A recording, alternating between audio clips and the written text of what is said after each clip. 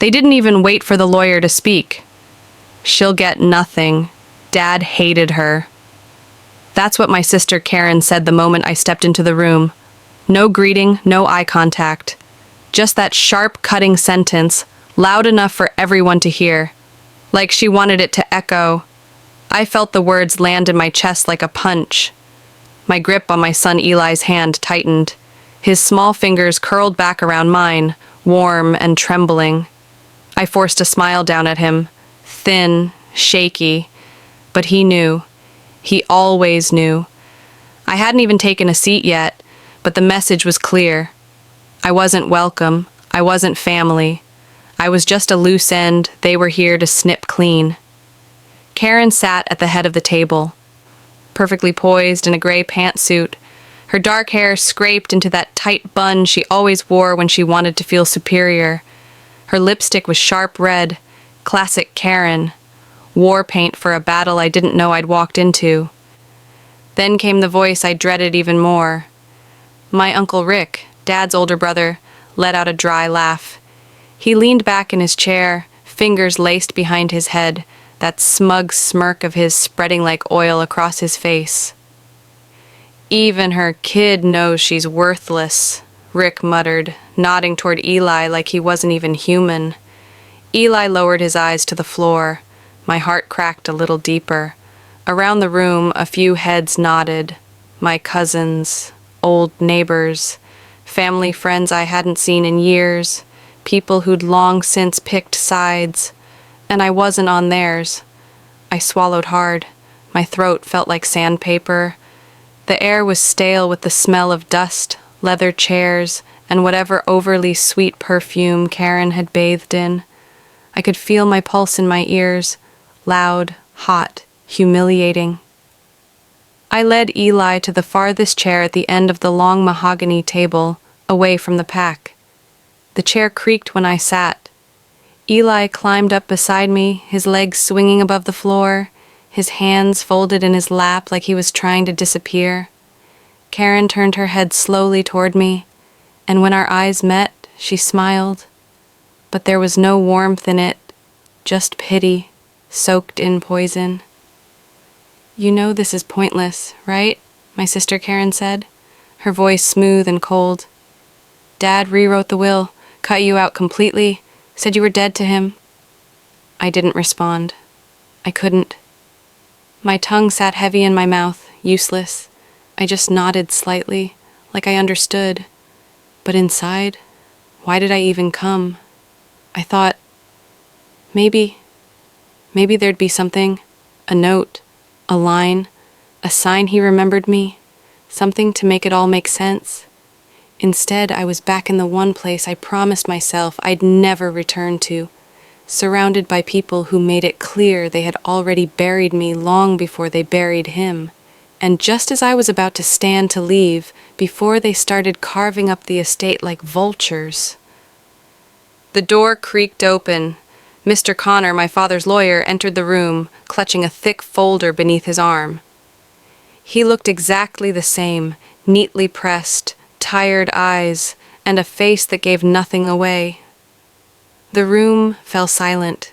Everyone sat up a little straighter. This was it. I braced myself for humiliation. I came expecting nothing, and I'd leave with exactly that. Or so I thought. Because what no one in that room knew, not Karen, not Rick, not even me, was that my son Eli had brought something with him, and with one sentence, he would unravel everything they thought they knew. "You forgot the video." It had been 8 years since I stepped foot in a room like this with my family. 8 years since I packed up a life they said I didn't deserve, took Eli, just 2 at the time, and left without looking back. Not because I wanted to, but because I had to. Because every conversation with my father, Charles, ended in silence or shouting. Because every family gathering felt like walking barefoot across glass while smiling for the camera. But now I was back in a room that still smelled like cigar smoke and old anger. The irony? I didn't even know I was invited to the will reading. The envelope showed up 3 days after the funeral. No note, just the date, time, and address in Connor's formal script. For a moment, I wondered if it was a mistake. Maybe they meant to send it to Ken, or maybe it was just a cruel final joke. But Eli wanted to go. He looked at me with those wide, soft eyes, his voice quiet but certain. "We should go, Mom," he said. "Maybe there's something you need to hear." I don't know how a 10-year-old can carry that kind of wisdom, but he does. Sometimes I think he sees the world in ways most adults never learn to. So, we came. I wore the plain black dress I hadn't touched since my mother's funeral, and he wore a little button-up he picked himself. I braided his hair that morning with trembling hands, and he told me I looked beautiful. He didn't know I had barely slept, that I was terrified to face the people who had treated me like a ghost for nearly a decade. I knew what they thought of me. Karen, the perfect daughter. She stayed, she helped, she took care of Dad. She made sure everyone saw her doing it too. She told the story so many times it became gospel. Julia abandoned the family. Julia couldn't handle real life. Julia ran away. They never asked why I left. They didn't know, or didn't care, that Dad stopped speaking to me after I refused to stay in a marriage that was tearing me apart. That when I showed up on his porch with Eli and a suitcase, he shut the door without saying a word. That the one person who was supposed to protect me from the world had become another wall I had to break through. Uncle Rick didn't help. He was Dad's echo, always repeating the same bitter phrases. Family doesn't quit. Blood is loyalty. Don't come back crying. And Karen, she soaked it all up and turned it into a script she could weaponize. So, I stopped trying. I built a quiet life for Eli and me. We didn't have much, but we had peace and love and laughter. Still, part of me held on to the smallest, most fragile hope. That maybe in the end, Dad had seen something, regretted something, left something behind. Maybe that's why I opened the envelope, why I showed up. But now, sitting in that room, surrounded by hard eyes and smug smiles, I felt foolish for hoping. Eli hadn't said a word since we sat down. He sat straight, hands in his lap, eyes scanning the room like he was studying each face. His calm unnerved me a little, like he was waiting for something. And then, Mr. Connor cleared his throat and opened the folder. I leaned back in my chair and whispered to myself, "Just get through this. Don't let them see you break." But Eli, he was sitting on something bigger than grief, and before this was over, he'd prove he was the only one in the room truly listening to my father. Mr. Connor cleared his throat again. The way lawyers do when they want the room's attention without actually asking for it. He adjusted his glasses, flipped open the folder, and began reading the will like it was just another Tuesday. I barely heard the first few lines. Generic legal stuff, estate definitions, executor declarations. My mind was spinning, not with what he was saying, but with what I knew was coming. He wouldn't say my name, I was sure of it. Still, every time he paused to turn a page, I held my breath. Like maybe, just maybe, the next words would be different. Maybe he'd surprise me. But no, it was all the usual suspects. To my daughter Karen, I leave the primary residence and all its contents. Karen's face didn't move, but I could feel her satisfaction like perfume wafting across the table. She glanced sideways at her husband, Neil, who gave her a smug little nod like they were already planning renovations. To my brother Rick, the lake property and all remaining shares in the family business. Rick leaned back further in his chair, arms folded, chin high, like a king surveying his newly acquired kingdom. I watched him slide the cigar back between his teeth and bite down gently, like he'd already won something. To Paul, my nephew, the vintage car collection. Paul, the cousin who once locked me out of my own room at age 9 just to watch me cry. That Paul. I bit the inside of my cheek to keep my face from cracking. I could feel the tears gathering behind my eyes, hot and sharp. But I didn't let them fall. Still no mention of me. Not even a footnote. Then came the line I had been dreading. And as previously declared, my daughter Julia will not receive a portion of this estate. There it was. Simple, final, like a closing door. I felt like I'd been punched in the chest. Eli's fingers slipped into mine under the table. I hadn't even realized my hands were clenched in my lap. His touch brought me back, anchored me, before I drifted too far. I could feel my heartbeat behind my eyes, my skin burned, and then came the whispers, low but intentional. Karen let out the softest scoff. Told you, she muttered to Neil. Uncle Rick shook his head, like it was all so predictable. Takes a certain kind of person to walk away from her own father, he said, louder than he needed to. The others, the cousins, the so-called family friends, didn't say much, but their silence was just as loud. I stared down at the wood grain on the table. The lines twisted and spiraled, almost hypnotic. It was easier to look at that than their faces. I could hear my own voice inside my head, flat, hollow. Why did I come? Why did I think he'd remember me? But then, Eli moved. He let go of my hand and sat up straighter.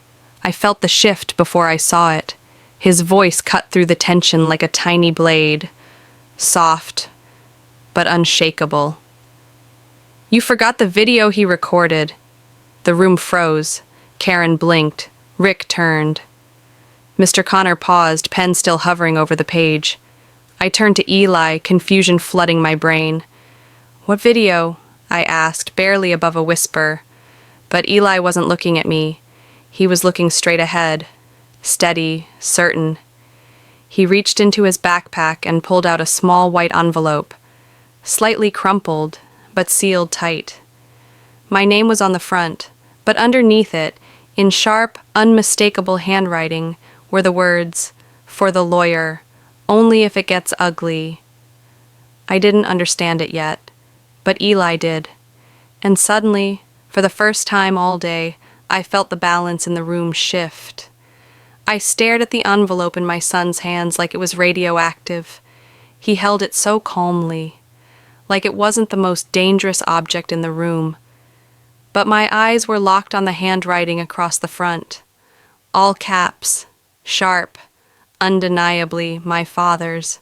For the lawyer, only if it gets ugly. Well, it had gotten ugly. I could barely find my voice. Eli, where did you get that? He looked up at me, his expression soft but steady. Grandpa gave it to me a while ago. He told me to keep it safe. My heart stuttered. He gave it to you? Eli nodded. The day we visited him, just me and him, you were at work. I blinked hard, trying to pull memory into focus. I remembered that day. Eli had asked if he could go with our neighbor to drop something off at Dad's. It was the first time I'd let him go without me. I had no idea they even spoke. Now Mr. Connor reached across the table. May I? He asked gently, and Eli handed the envelope over without hesitation. The entire room leaned in. Karen was squinting like she couldn't make sense of it. Rick shifted in his seat, no longer slouched. For once. Nobody had anything to say. The envelope made a quiet tearing sound as Connor opened it. Inside was a USB drive. Small, black, ordinary, but my pulse kicked like it was a grenade. Connor furrowed his brow and pulled out a second item. A note. Another page in my father's handwriting. His eyes scanned it, and for the first time since he'd walked into the room, his composure cracked, just slightly. But I saw it. He didn't speak right away. He just nodded slowly, like something unspoken had been confirmed. "Everyone," Connor said, his voice quieter now. "There is a video message from Charles Thomas, recorded before the final version of this will. It was sealed with instructions to be played only if this situation became contentious." His eyes flicked to Karen, then Rick. They both shifted in their chairs. Karen scoffed. "This is ridiculous. He didn't say anything about a video." Uncle Rick leaned forward, his voice harder now. "We don't even know what's on that thing. Could be fake." Connor raised a hand.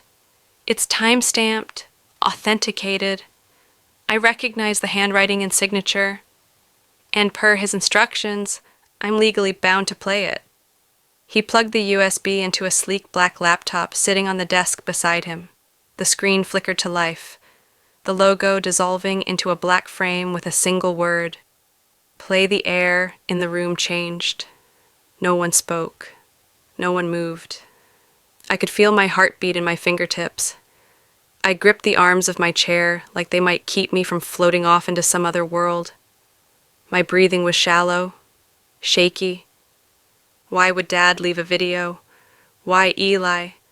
What could he possibly want to say now, after everything? Eli didn't look nervous. He just sat still, eyes on the screen like he already knew what was coming. Karen looked pale now. Her lips were pressed into a tight line. Rick had stopped chewing his cigar. I wanted to run. I wanted to cry. I wanted to scream. But mostly, I wanted to know. Connor hit the spacebar. The screen went black for half a second, then flickered, and suddenly, there he was, my father, older, thinner, sitting at his desk, wearing that navy sweater I bought him for his last birthday, the one I didn't know he'd ever worn. His hands were folded. His expression wasn't cold, just tired. He looked straight into the camera, and then he started to speak. I didn't breathe. Not when the screen lit up. Not when I saw his face. Not when I heard the first two words leave his mouth. "Hi, Julia." He looked older than I remembered. His skin had thinned. His once proud posture had softened.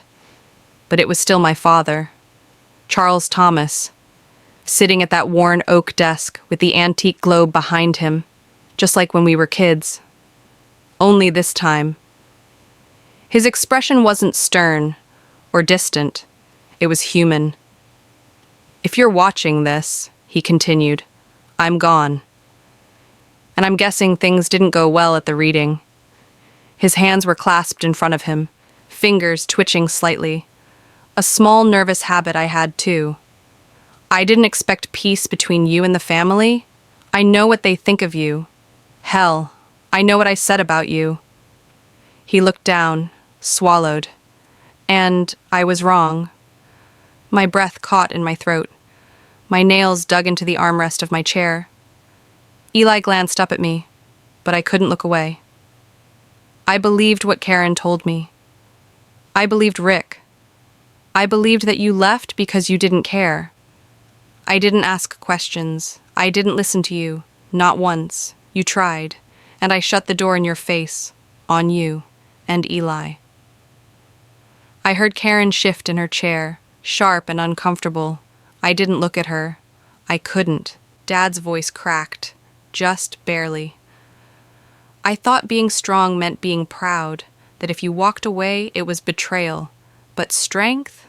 Strength is showing up.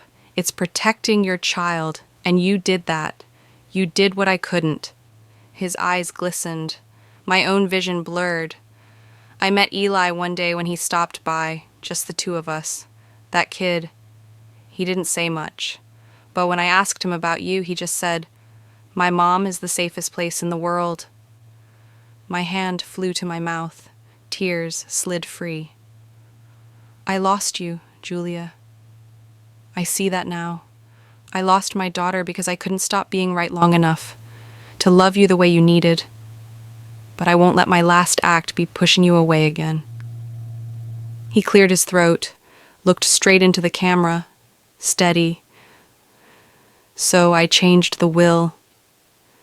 There was a collective gasp in the room. Someone's chair creaked. Rick's, maybe. Karen muttered something under her breath, but I couldn't hear it.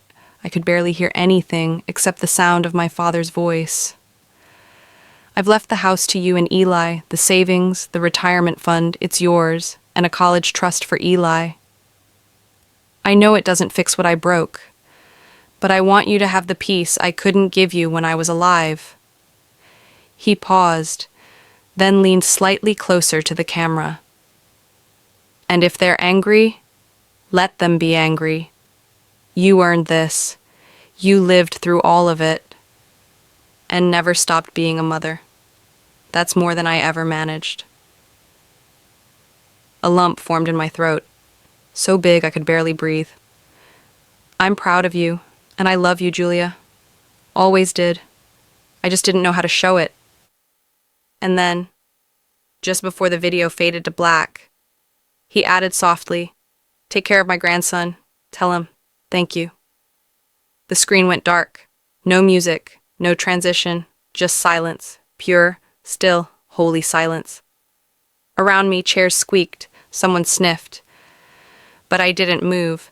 I sat there, hand over my mouth, tears slipping down my cheeks, feeling like something I didn't even know I was carrying had finally been lifted. After all the years of noise, of blame, of exile, of silence. He heard me. He finally heard me. And in the quiet that followed, no one could take that away. No one spoke when the screen went black.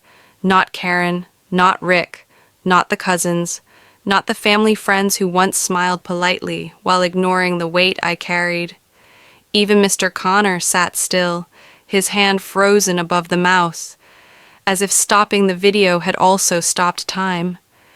And maybe, in a way, it had. I don't know how long I sat there. My hand was still over my mouth, my cheeks were wet, but I hadn't noticed the tears falling until I felt Eli's hand slip into mine again. He wasn't crying. He just looked up at me with this small, knowing smile, like he'd been waiting the whole time for the truth to finally find a voice. I leaned down and kissed the top of his head. My heart ached with something too big for words. Love, relief, grief, all knotted together. Across the room, Karen stood abruptly. Her chair screeched against the floor. She picked up her bag with shaking hands and walked out without a word. Her husband trailed behind, red in the face, mumbling something under his breath. Rick stayed seated longer, jaw clenched, eyes fixed on nothing. When he finally stood, he looked at Connor like he wanted to argue, but even he knew there was nothing to fight. My father had spoken, and his truth was now unignorable. The others followed, one by one. Some couldn't meet my eyes. A few offered quiet nods. Pity, or maybe respect. I couldn't tell. Soon it was just the three of us left. Connor gently closed the folder and cleared his throat. "There will be some paperwork," he said, voice softer than before. "But everything's in order." I nodded. I didn't know what to say. What could I say? He gave a small smile, genuine, and left us alone in the room. The silence that followed wasn't the kind I'd grown used to. This silence was peaceful, whole, like something had finally settled into place. I looked at Eli, still holding my hand, still looking at me like I was the strongest person in the world. And maybe, in his eyes, I was. But he was the one who saved me, who carried that envelope like it was just a piece of paper. Not the truth that would rewrite everything. We stayed a little longer. I don't know why. Maybe I just needed time to breathe. Maybe I wanted to sit in the one room where, for the first time in years, I felt like I belonged. I kept hearing Dad's voice in my head. I'm proud of you. 3 words I thought I'd never hear. Words I needed more than I ever admitted. I thought about everything I'd carried. Years of silence, of being blamed, of being erased. And now, I wasn't erased. I was seen, heard, remembered. I looked at Eli again. Thank you, I whispered. He tilted his head. For what? For being braver than me, I said. For holding on to something that mattered. He smiled. I just wanted you to hear him. And I had. Not just in the video, but in the shift that came after, in the peace that filled the room once everyone else had left. That's the thing about truth. It doesn't always come when you want it. But when it does, it changes everything. So no, I didn't walk out of that room broken. I walked out holding my son's hand, with my father's words still echoing in my chest. I walked out whole, and that silence finally meant something. If this story meant something to you, if you've ever been pushed aside, misjudged, or made to feel like your voice didn't matter, just know this: you are not invisible, and sometimes the truth takes time, but it will come to light. If you felt something, please take a moment to like this video, share it with someone who needs to hear it, and leave a comment below. Have you ever been in a room where the truth finally spoke up? We'd love to hear your story.